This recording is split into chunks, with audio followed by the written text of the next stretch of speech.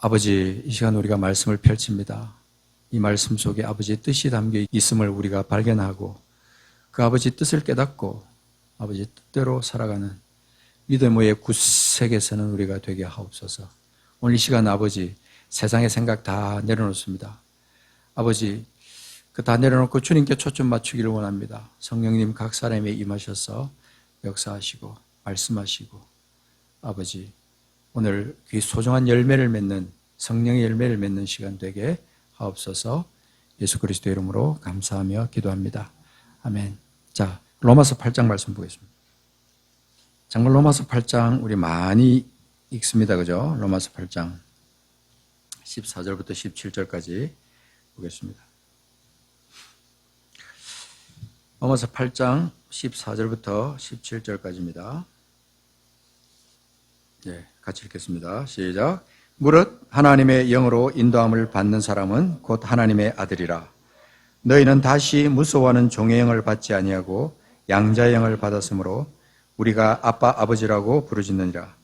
성령이 친히 우리의 영과 더불어 우리가 하나님의 자녀인 것을 증언하시나니 자녀이면 또한 상속자 곧 하나님의 상속자요 그리스도와 함께한 상속자니 우리가 그와 함께 영광을 받기 위하여 고난도 함께 받아야 할 것이니라. 너무 소중한 말씀. 이 말씀을 소리내서 몇 번을 반복해서 30번, 40번 이렇게 읽다 보면 이 말씀 속에 얼마나 큰 하나님의 뜻이 담겨 있는지 알 수가 없다. 자, 예레미야에 있는 말씀도 한번 찾아보겠습니다. 이 말씀 덮지 마시고 예레미야 31장. 자, 구약 성경이죠. 예레미야 저 어디 이사야 다음에 있습니다. 31절부터 33절까지 시작. 여호와의 말씀이니라. 보라, 날이 이르리니 내가 이스라엘 집과 유다 집에 새 언약을 맺으리라. 이 언약은 내가 그들의 조상들의 손을 잡고 애굽 땅에서 인도하여 내던 날에 맺은 것과 같지 아니할 것은 내가 그들의 남편이 되었어도 그들이 내 언약을 깨뜨렸음이라. 여호와의 말씀이니라. 그러나 그날 후에 내가 이스라엘 집과 맺을 언약은 이러하니 곧 내가 나의 법을 그들의 속에 두며 그들의 마음에 기록하여 나는 그들의 하나님이 되고 그들은 내 백성이 될 것이라. 여호와의 말씀이니라. 아멘. 아멘. 그날 후에 내가 이스라엘 집과 맺을 언약은 이러하다. 하나님 언약을 설명하죠. 요즘 1년 1독 그 말씀 묵상하는 중에 참 은혜가 상당히 많아요. 제가 하나 고백할 것이 있다면 이전에 그 하나님의 은혜를 확실하게 내가 체험하기 전에 어떤 일이 있었냐면요. 제가 목사로서 일을 하면서 항상 이 말씀을 전하는 것이 제게는 굉장히 부담이었어요. 그래서 성경을 읽고 뭘 해도 항상 어떤 말씀을 전할 것인가 이런 말씀을 생각하면서 막 기도하다가 그 말씀을 딱 찾잖아요. 그러면 이제 그 말씀을 놓고 계속 묵상하다가 설교 준비가 끝났다 그러면 이제 그때부터 마음이 편안해지는 거예요. 그래가지고 그때부터는 약간 이제 제가 또 이제 방심을 하는 거예요. 주일에 말씀 전하는 거, 수요일날 말씀 전하는 거, 뭐 새벽에 말씀 전하는 거, 말씀 전하는 것들을 다 이제 생각하다가 그것이 딱 끝나고 나면 이 말씀 전할 준비를 했기 때문에 하면서 마음이 편안해지고 그때부터 이제 하나님 말씀을 창념하는 일을 좀 게을리하는 거예요. 그랬던 적이 있었습니다. 이것은 제가 이거를 고백하는 이유는 우리가 하나님의 말씀 앞에 바로 서 있지 않으면 이럴 수 있다. 저는 요즘 너무너무 감사한 것이요. 목사로서 제가 하나님의 말씀을 전하는 이것이 소중하지만 이것보다 더 소중한 것은 매일매일 이 말씀이 내 속에 주는 이 꿀이 너무너무 단 거예요. 너무 소중한 거예요. 하루에 정해진 그 분량을 소리내서 읽으면서 또 그 속에 담겨있는 뜻을 발견하고 또 역사적인 배경을 공부하고 이러면서 계속 그 말씀을 이제 읊조리다가 어느 한 말씀을 딱 찾아내가지고 그 말씀을 깊이 묵상하는 거예요. 그리고 또 어떤 때는 원어도 한번 찾아보고 히브리어도 찾아보고 이러면서 의미도 생각하면서 이러면서 이제 신약과 구약을 또 통틀어가면서 또 다시 묵상하고 그러고 나면요 하루 종일 그 말씀이 내 속에 살아있는 거예요. 너무 소중한 날들. 그러니까 제가 우리 성도님들하고 이제 몇 분, 우리 기도하시는 분들한테 제가 묵상한 말씀을 보내드리잖아요. 보내드리는데 어떤 분은 그냥 그 말씀을 그냥 내가 보내주는 말씀을 읽어보기도 하고 어떤 분은 그냥 안 읽고 그냥 띵 지나가기도 하지만은 어떤 분은 이 말씀을 내가 읽는 그 성경 1년 1독 그 순서를 따라서 같이 읽는 거예요. 같이 읽다가 자기도 그 말씀 속에서 깊은 말씀을 끄집어내는 거예요. 끄집어내고 그것을 적어요. 적어가지고 저한테 보내줘요. 어떤 데는 한 문장, 두 문장 그렇게 짧게 하는데 그 내용 속에 담겨있는 그것을 이렇게 저한테 나눠주는 거예요. 야, 근데 너무나 감사하고 너무 좋아요. 우리 청년들도 그렇게 저한테 보내주는 사람이 있고 미국 계시는 분도 보내주는 분이 있고 그래서 하나님께서 각자에게 주시는 말씀이 이렇게 소중하구나 그런 생각을 해보는 거죠. 우리가 지금 계속해서 연말부터 성령에 관해서 계속 묵상하잖아요. 그죠?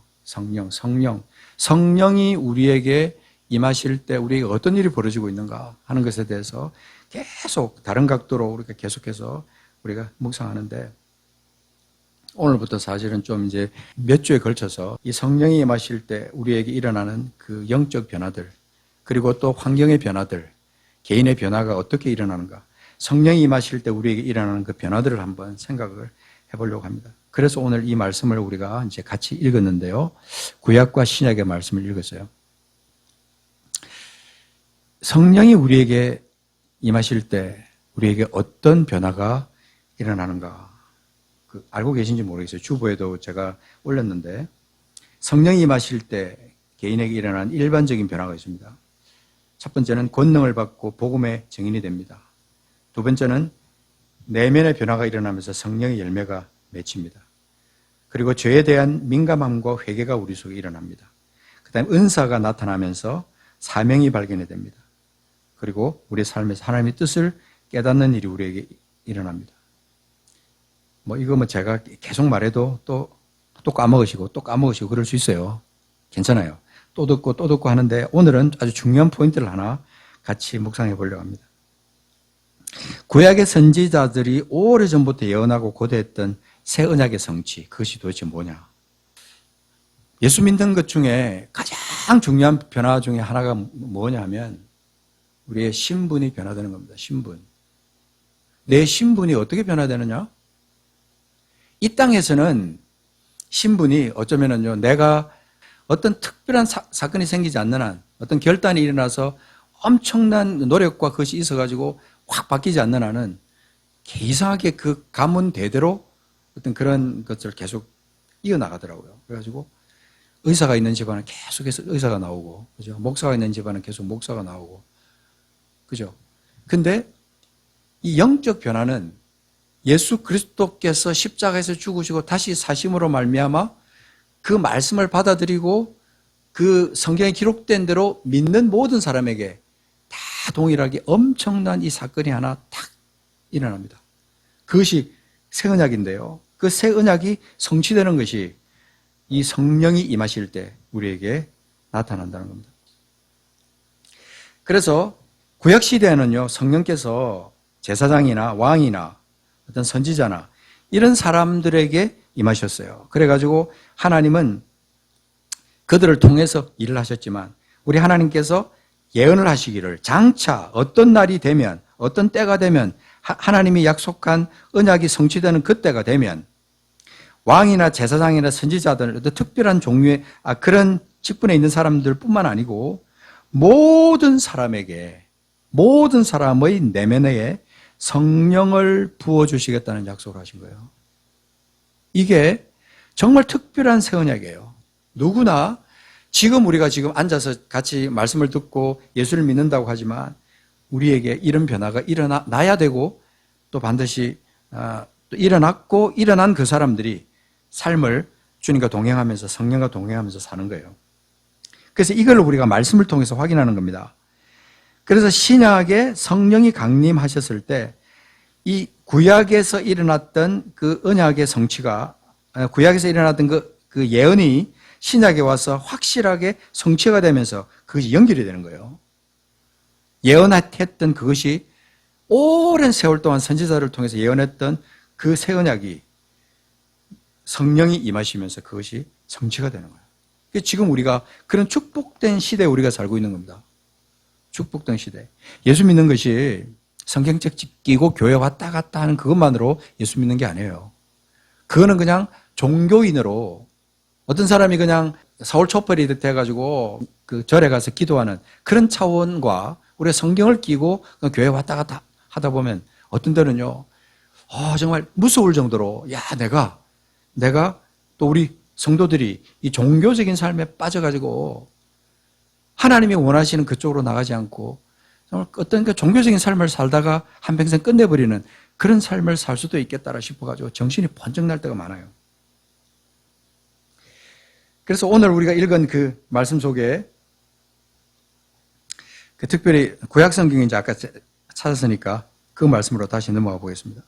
여기 보면 자 31절에 이스라엘 집과 유다 집의 새 언약을 맺으리라. 이스라엘 집과 유다 집은요, 하나님께서 약속하신 하나의 두 그 날개예요. 이스라엘 집과 유다 집. 이것들을 통해서 하나님께서 언약을 갖다가 맺은 것을 성취할 것인데, 자 33절에는요, 이 이스라엘 백성들이 32절까지 언약을 깨뜨리고 하나님의 뜻에서 벗어났다고 했는데 33절에 보면 그러나 그날 후에, 그렇지만 그날 후에 내가 이스라엘 집과 맺을 언약은 이러하니 내가 나의 법을 그들의 속에 두며 그들의 마음에 기록하여, 속에 두고 마음에 기록해가지고 하나님의 법을 그들의 속에 두고 마음에 기록해가지고 그들의 하나님이 되고 그들은 내 백성이 될 것이라 여호와의 말씀이라. 속에 두고 마음에 기록한다는 이 말씀은 하나님께서 그들을 새로운 존재로 만드시겠다. 그래서 특별한 단어가 뭐냐면 내 백성이 될 것이라 하는 것입니다. 아까 그 읽었던 로마서 8장 말씀으로 다시 넘어가서 보겠습니다. 자, 여기 보면 이 말씀이 얼마나 소중한 말씀인지 자, 보시면 자, 8절 로마서 8장 8절 우리가 지난주에도 읽었고 했는데 육신에 있는 자들은 하나님을 기쁘시게 할 수 없다. 우리는 육신에 있지 않습니다. 우리는 어떤 존재냐면 몸을 입고 있지만 우리가 육신에 속한 자가 아니에요. 그러면 하나님을 기쁘시게 하는 것뿐만 아니고 9절이에요. 자, 너희 속에 하나님의 영이 거하시면 너희가 육신에 있지 않고 영에 있나니 누구든지 그리스도의 영이 없으면 그리스도의 사람이 아니라. 자, 여기서 핵심은 우리 속에 그리스도의 영이 있다는 거예요. 지금 예수를 믿고 있는 우리가 예수님을 구주로 고백하고 예수님 안에 살아가는 사람은 하나님의 영이 우리 속에 있어요. 성령의 사람이에요. 아멘이십니까? 우리가 그것을 우리가 확증한다면 우리의 삶이 뭔가 달라도 달라요. 매일의 삶이 아침에서 일어나서 저녁에 잠잘 때까지 우리의 삶이요. 그냥 밥 먹고 그냥 소화시키고 또 밥 먹고 또 소화시키고 그리고 나서 또 자고 그런 어떤 일상적인 생활은 반복하지만 하나님의 영이 있는 사람, 하나님의 영이 거하는 사람, 그런 사람은요. 어떤 사람이냐면 그리스도의 사람이다. 그리스도의 사람. 그죠? 누구든지 그리스도의 영이 없으면 그리스도의 사람이 아닌데 그리스도의 영이 있는 사람은 그리스도의 사람이라. 그래서 10절 뒤에 가면요. 살아있는 사람이다. 살아있다라고 표현합니다. 살아있다. 살아있다. 그래서 11절 예수를 죽은 자 가운데서 살리시는 영이 너희 안에 거하시면 그리스도 예수를 죽은 자 가운데서 살리시는 가 너희 안에 거하시는 그의 영으로 말미암아 너희 죽을 몸도 살리신다. 그러니까 우리가 어떤 특별한 이 존재, 영에 속한 존재라는 것을 잊어서는 안 된다. 성령이 우리와 함께 계시고 우리가 영의 존재라고 하는 것은요. 정말 잊지 말아야 될 그런 진리예요. 영적도 사실은 좀 안 맞아요. 영적 그러면 좀 뭔가 좀 옆에 비스듬하게 나가는 것 같은데 영적인 사람 그러면은 영적인 생활을 하는 사람, 영적인 어떤 맛을 조금 본 사람 어떤 그런 식으로 표현하지만 영의 사람 그러면 이제 다른 거예요. 우리는 영의 사람이에요. 우리는 영의 사람이지 성령의 사람, 성령이 우리가 함께 거하는 사람이에요. 그래서 14절이 이제 연결이 되는 거예요. 무릇 하나님의 영으로 인도함을 받는 사람은 다시요. 14절 같이 읽어볼게요. 시작. 무릇 하나님의 영으로 인도함을 받는 사람은 곧 하나님의 아들이라. 이게 핵심이에요. 다시 무릇 하나님의 영으로 인도함을 받는 사람은 곧 하나님의 아들이라. 이게요, 그냥 툭 나온 말이 아니에요. 이게 툭 나온 말이 아니고 하나님이 우리를 자기 아들, 양자의 영을 우리에게 주셔갖고 우리를 하나님의 아들로 삼으실 때는요, 특별한, 정말 특별한 영적인 의미가 있는 거예요. 우리를 아들로 삼으셨을 때 예수님이 우리가 그 삼위일체로 말할 때 하나님의 아들로 우리가 이렇게 생각하는데, 우리의 맏형이 누구냐면요, 사실은 영적으로 깊이 들어가 보면 우리의 맏형이 예수 그리스도예요.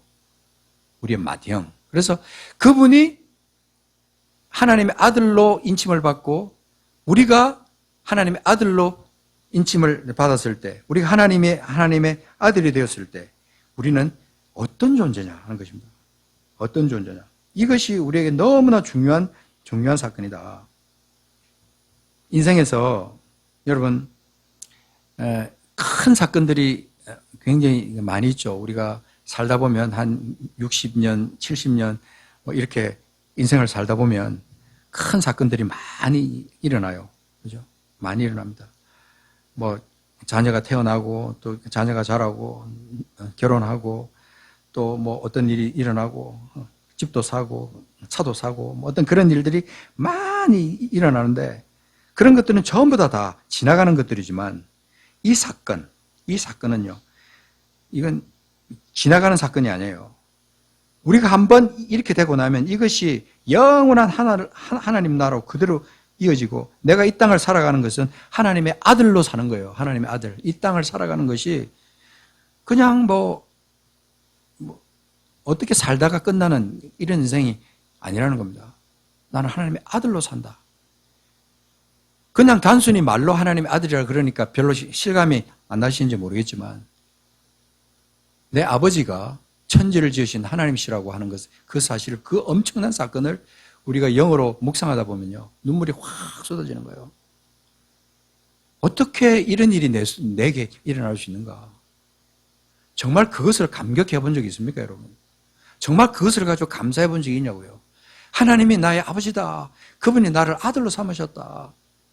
그리고 나에게 모든 특권을 주신 거예요. 모든 것을 다 주시고, 무엇보다 성령을 주신 것은요, 아들을 삼으시고 내게 성령을 주시고, 그 성령이 나와 함께 계시면서 나를 위해서 간구하시고,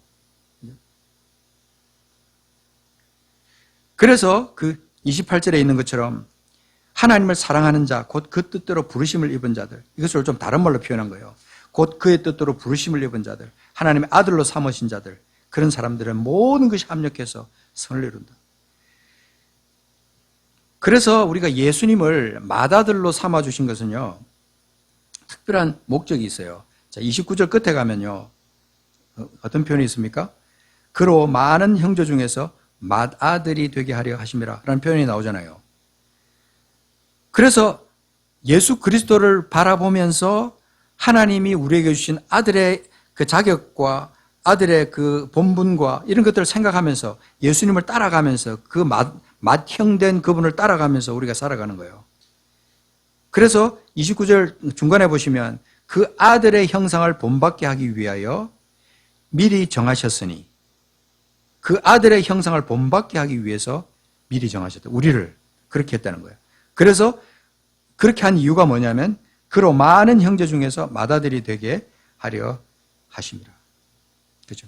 이게 우리에게 주신 하나님의 특별한 은혜 중에 은혜고, 특별한 또 그 하나님의 뜻 가운데 우리 속에 있는 거예요. 그것을 또 한 단계 위로 또 다르게 높게 표현한 것이 30절이에요. 자, 부르셨다. 아들로 부르셨다. 자, 30절 보시면, 정하신 그들을 또한 부르셨어요. 아들로 부르셨어요. 그 다음 뭐예요? 부르신 그들을 어떻게 했다 그러세요? 의롭다 하시고. 이게 또 어마어마한 축복이에요. 아들로 부르신 것 위에다가 의롭다 하시고, 의인으로 우리를 만들어 부르신 거예요, 우리를. 죄악투성이고, 허물투성이고, 그래서 죽을 수밖에 없는 우리를 의롭다 하시고, 의롭다 하신 그들을 마지막에는 어떻게 하냐면 영화롭게 하신 겁니다. 이거를 자, 잘 보시면요. 시제를 보세요. 시제.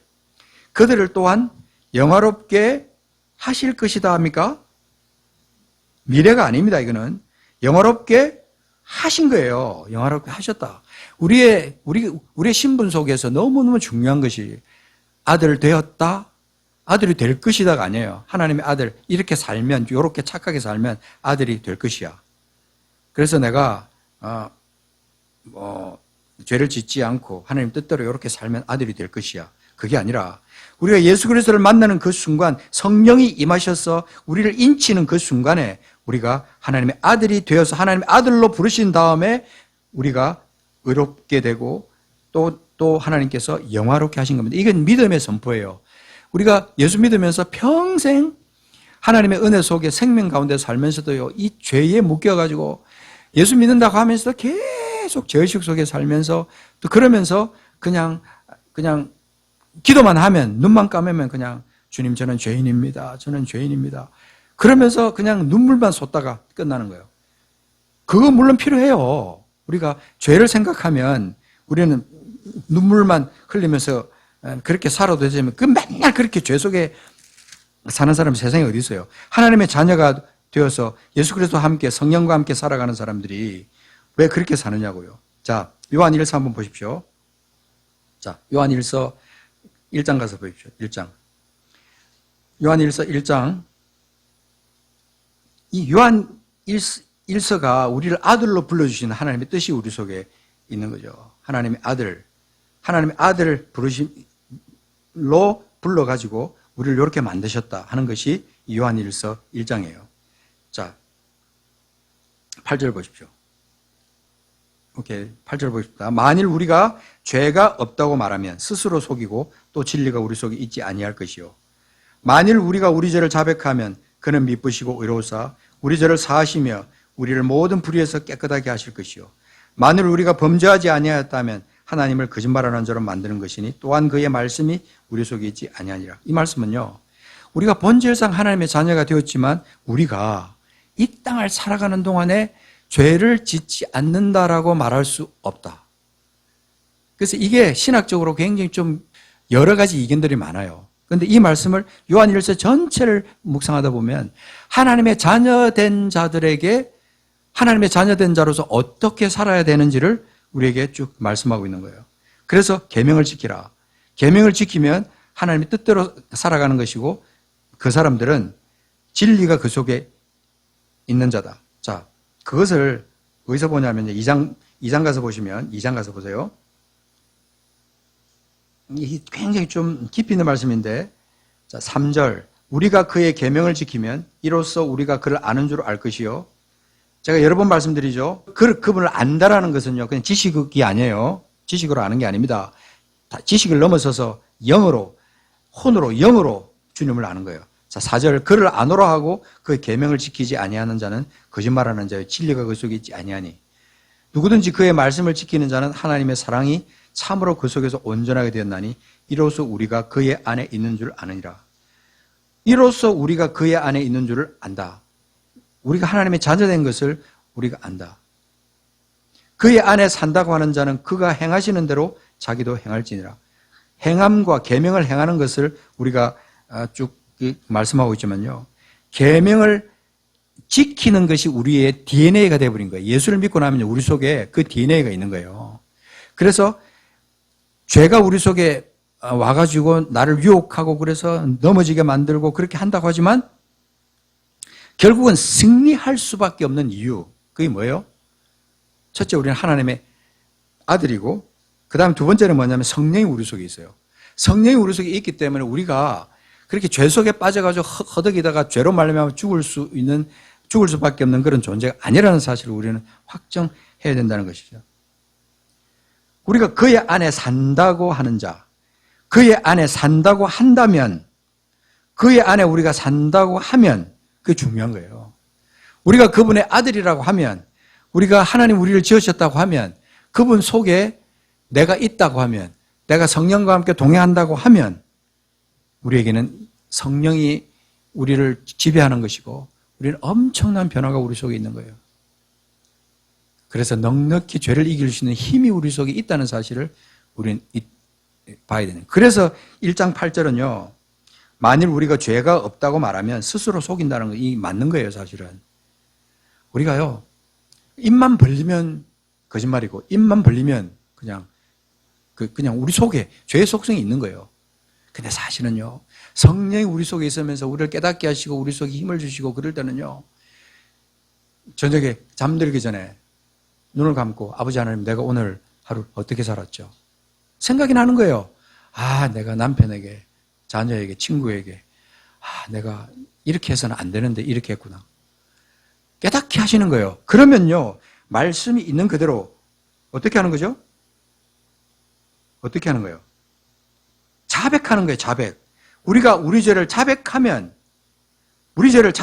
이걸 안 하는 거예요. 우리가 자백하지 않는 그런 죄를 우리 속에 우리가 계속 범하면서 예수 믿는다고 하면서 그렇게 살아가는 거예요.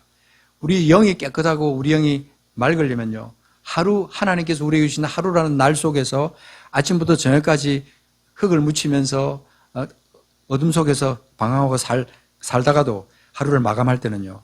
하나님의 진리 안에서 아들답게 아버지를 생각하면서 계명을 생각하면서 내가 아버지 앞에 죄를 자백하는 거예요. 그때 주님께서 우리를 깨끗하게 하신다. 우리가 하나님 말씀 안에서 이 종교적인 삶을 살아가는 것은 얼마든지 가능해요. 말씀 안에 있다고 하면서도 종교적인 삶을 사는 것은 얼마든지 가능하다. 그렇지만 우리는 반드시 그렇게 살았다가도 다시 제자리로 돌아와야 되는 거예요. 회복의 과정이 필요한 거예요. 그 죄에 대해서 민감하게 반응하고 바로 회개하는 거예요. 성령은 거룩한 영이시기 때문에 이전에는 아무렇지도 않게 행하던 잘못된 습관, 그런 마음가짐이 있다 할지라도 깊은 찔림을 주는 것이 성령이에요. 근데 성령이 주는 것은 정죄가 아니에요. 우리를 더 깨끗하고 자유로운 삶으로 인도하시기 위해서 성령이 우리에게 회복의 과정으로 우리에게 주시는 깨달음이죠, 깨달음. 우리가 예수 믿는 것이 그저 종교적인 습관을 쫓아서 믿는 것은 절대 아닙니다.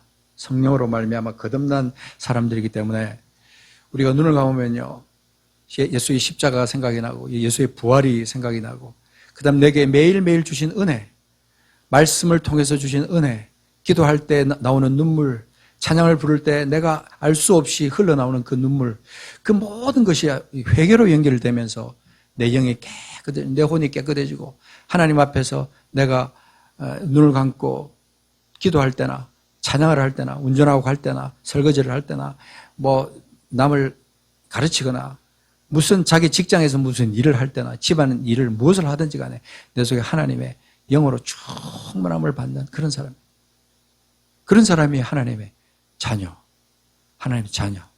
양자형을 가진 하나님의 자녀다. 자, 다시 8장으로 넘어봅시다. 8장 가면은 16절, 성령이 친히 우리의 영과 더불어 우리가 하나님의 자녀인 것을 증언하신다. 그 성령이 우리를 하나님의 자녀라고 하는 것을 증언하신다 그랬어요. 자녀이면 또한 상속자, 곧 하나님의 상속자요 그리스도와 함께한 상속자니, 이거 여러분 그냥 우습게 넘기면 안 돼요. 우리가 상속자라고 하면요, 하나님의 상속자라는 이 말 한마디만 해도 너무너무 감격스러운데, 그리스도와 함께한 상속자다. 하나님의 상속자가 그리스도와 함께한 상속자다. 하나님 나라를 내가 유업으로 이어받을 수 있는 사람인데, 결국은 우리가 그분과 함께 예수 그리스도와 함께 영광을 받을 존재인데, 우리가 어떤 존재인데 사탄이 나를 갖다 함부로 까부느냐? 그럴 수 없다. 물러가라. 외칠 수 있는 영적인 능력이 우리 속에 있대. 권능이 우리 속에 있는 거예요. 자격이 있는 거예요. 우리가 그와 함께 영광을 받기 위하여 고난도 함께 받아야 될 것이다. 고난을 통과하는 영광을 우리는 매일매일 경험할 수도 있고, 고난 없이 평생 그냥 그렇게 살아갈 수도 있습니다만은, 그러나 우리 삶 가운데 고난이 임했다 할지라도 그 고난이 주의 영광으로 연결되기 때문에 우리는요, 언제든지 기뻐할 수 있는 거예요. 언제든지 감사하고 항상 기뻐하라, 심할 기도하라, 범사에 감사하라. 이는 그리스도 예수 안에서 너희를 향한 하나님의 뜻이다. 하나님 우리를 향해서 그렇게 그런 명령을 할 수 있는 것은요. 항상 기뻐하라, 심하고 기도하라, 범사에 감사하라. 그렇게 명령할 수 있는 이유는요. 성령이 우리를 아버지와 함께 우리를 자녀 삼으셨다. 자녀 삼으셨다. 내가 어떤 존재인데 나를 자녀 삼으면서 그 헛구덩이에서 살던 난다. 죽을 수밖에 없는 난데 나를 죽음에서 건져내셔서 나를 자녀 삼으셨다.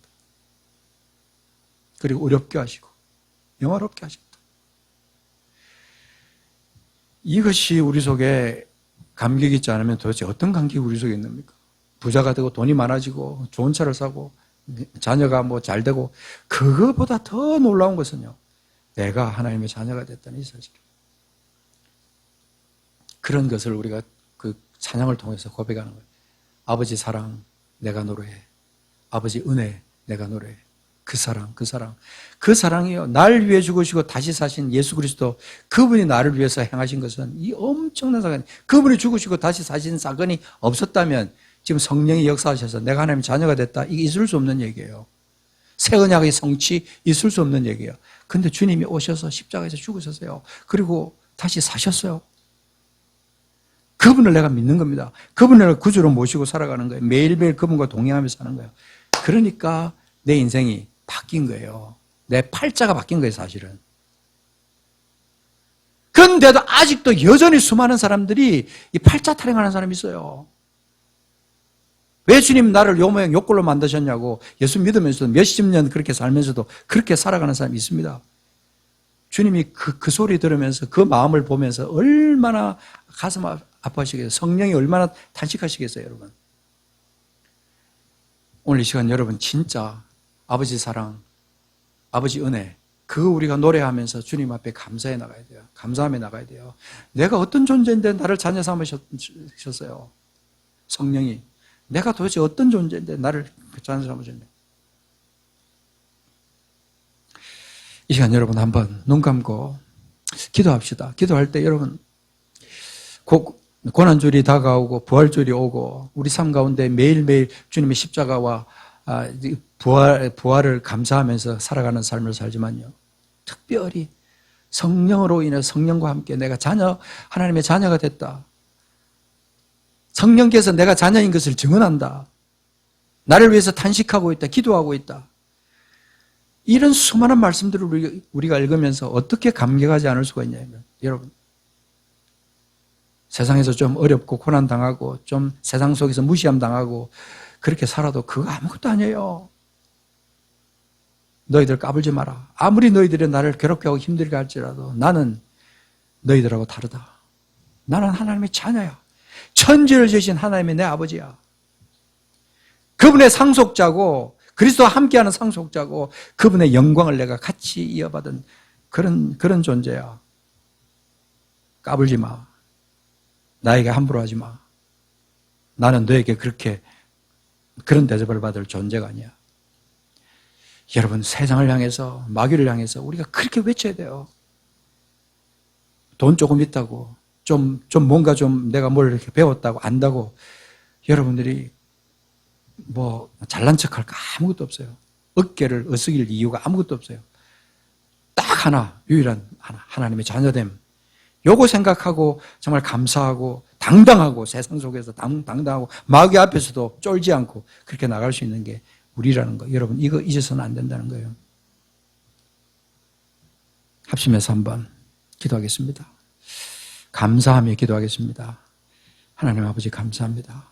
이 시간 아버지 나를 자녀 삼아주신 것 감사합니다. 새 언약을 성취하셔서 유다의 집에 이스라엘 집에 아버지 그렇게 약속하신 거 이제 이방인인 나에게도 아버지 그것을 이루어서 아버지 내가 자녀되게 하신 것 주님 감사합니다. 아버지 하나님이여 아버지 당신의 영을 그들을 마음에 주고 생각 가운데 주고 아버지 그래서 아버지 하나님이여 그들 속에 새 언약을 성취하신다고 약속하신 것처럼 내게도 그렇게 말씀하시고 내게도 그 약속을 이루어 주신 것 감사합니다. 내가 아버지 당신의 자녀됨을 인해서 감사합니다. 영광스러움을 아버지 누리게 하심을 감사합니다. 주여 함께하여 주옵시고 내가 세상 속에 아버지 어둠 속에 살지만 아버지 내가 빛이 되게 하시고 소금이 되게 하시고 아버지 내가 하나님의 자녀로서 성령과 동행하는 사람으로서 그렇게 당당하게 살아갈 수 있도록 역사해 주시옵소서. 내 몸의 연약함을 향해서도 선포하고 내 환경을 통해서 선포하고 하나님의 뜻을 아버지 나타내 주신 우리가 될 수 있도록 인도하여 주시옵소서. 아버지 역사하실 하나님을 찬양합니다. 주여 주님 함께하여 주시옵소서. 아버지 감사합니다. 주님 감사합니다.